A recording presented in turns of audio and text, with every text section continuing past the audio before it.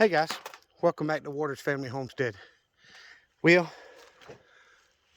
I cut the rafter just a little bit shorter than I wanted, but it wasn't short enough that I couldn't use it. So I sandwiched it on both sides with a little bitty piece.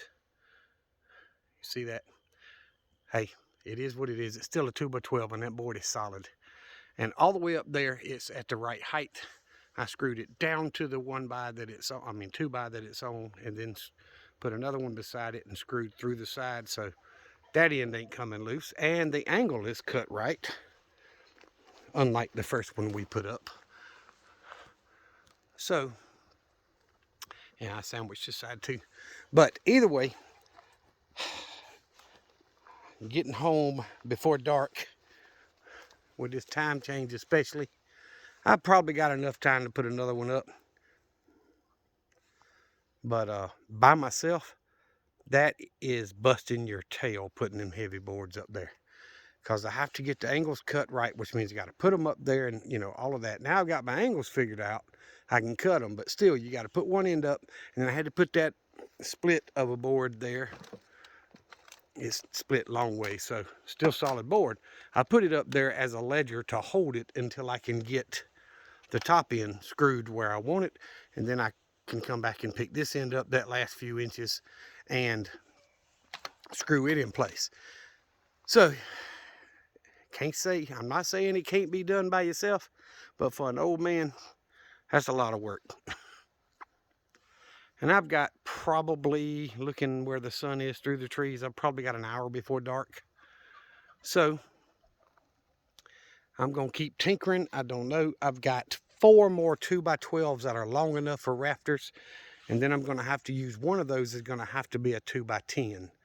And I'm going to take the other two that actually was a 2x12 right here. That's the part that split off of it, so it's more around 2x8.5, 2x10. I'm going to marry it to that first rafter up there so I can strengthen it up more than all the rest, because that's where I'm going to hang my skinning rack for, for hanging deer and hogs or whatever that we need to process for skinning and processing, all that good stuff. I was going to say the other word, but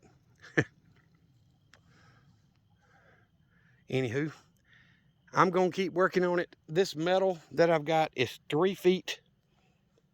So I decided I'm going to put a rafter.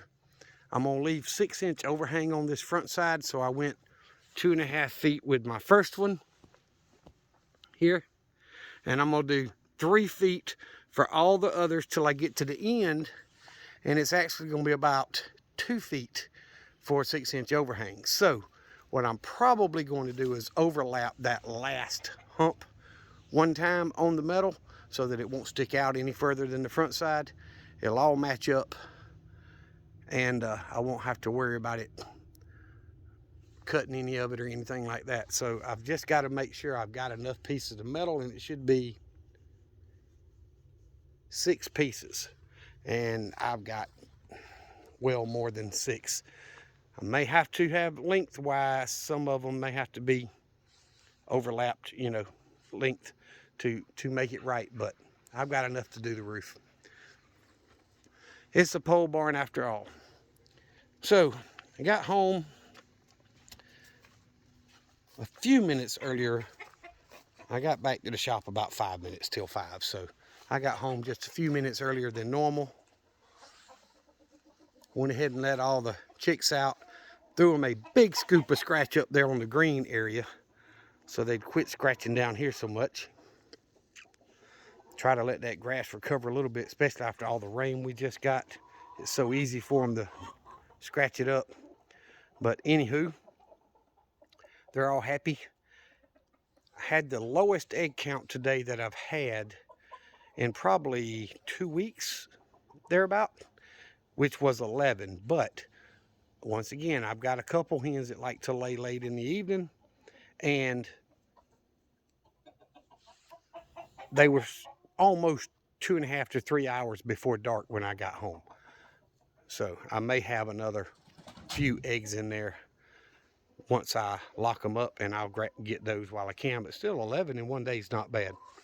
And I talked to my son-in-law. Hopefully, this next weekend coming up, if the weather allows and everything else lines up, we're going to butcher a bunch of chickens and put some in the freezer. So I'm going to try to get all that stuff set up to do it either Friday after work or early Saturday, so we can hopefully do it after church Sunday.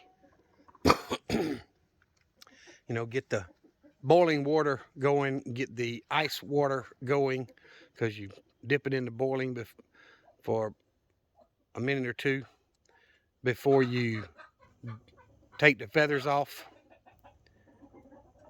And then once you're done with that, you drop it in the ice water to cool it right back down. Then I put it in another container to take it inside once we're done and wash them and get them ready. I'm gonna vacuum seal them. I'm not buying the special poultry bags, heat shrink bags. I'm not doing that. I'm just gonna vacuum seal them. So I also exchanged the filters today for the right oil filter for the Yanmar. So I've got 4 of them. I've got to get that oil changed, and honestly, I just didn't feel like doing it today when I got home. I wanted to work on this lean-to, pole barn, whatever you want to call it, so that's what I did. Either way, I've got a bunch of irons in the fire, and I'm just trying to get projects done. So I hope y'all are having a great start to your week. I know this video won't come out till later in the week. I've already uploaded one for this morning, another one for tomorrow, which will be Tuesday, and I've uploaded one for Thursday. So this one will probably come out Friday or Saturday, more than likely Friday. And I'll probably do another one before then. I don't normally take 4 or 5 days without filming for you guys. So I appreciate y'all watching the videos. One more thing. I watched another couple of channels yesterday on how to trim the claws on these roosters, because old man rooster in there, his claws, if y'all can see them, we'll zoom in on his feet. Look how, whoops, see, he's moving. Look how long them claws are. Those things are 3 inches long. So they need trimming. And I watched one guy that used a light to shine through to make sure you didn't cut into the quick. Let me unzoom. And he used regular, like, dog toenail clippers and clipped them and then filed them down so they weren't sharp. But another guy just used a pair of channel locks, and he kind of grabbed it right at the base and crunched just a slight amount, and then turn your pliers a little bit and crunch a little more, and basically the whole claw comes off except for the inner part. And it didn't hurt the roosters at all. He did a couple of them. It didn't bother them at all. They just went right on back to doing what they do. So that's what I'm thinking about trying when we butcher, is test on some of the ones that I'm butchering and see how it works. And if it does work, then the ones that I keep, I'll go ahead and do that too.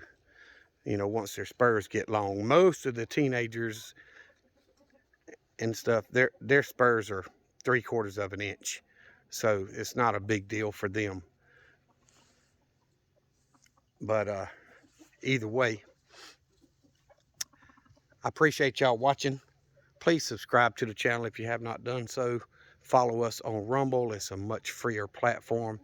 And I do appreciate y'all once again so very much. Y'all remember what I always tell you. Jesus loves you, and so do I. Y'all be safe. Be prepared.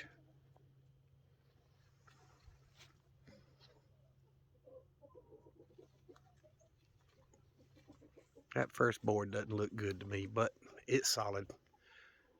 This one I did by myself is cut a whole lot better. And this other one that my buddy and I did is also a lot better. But either way, we'll get there.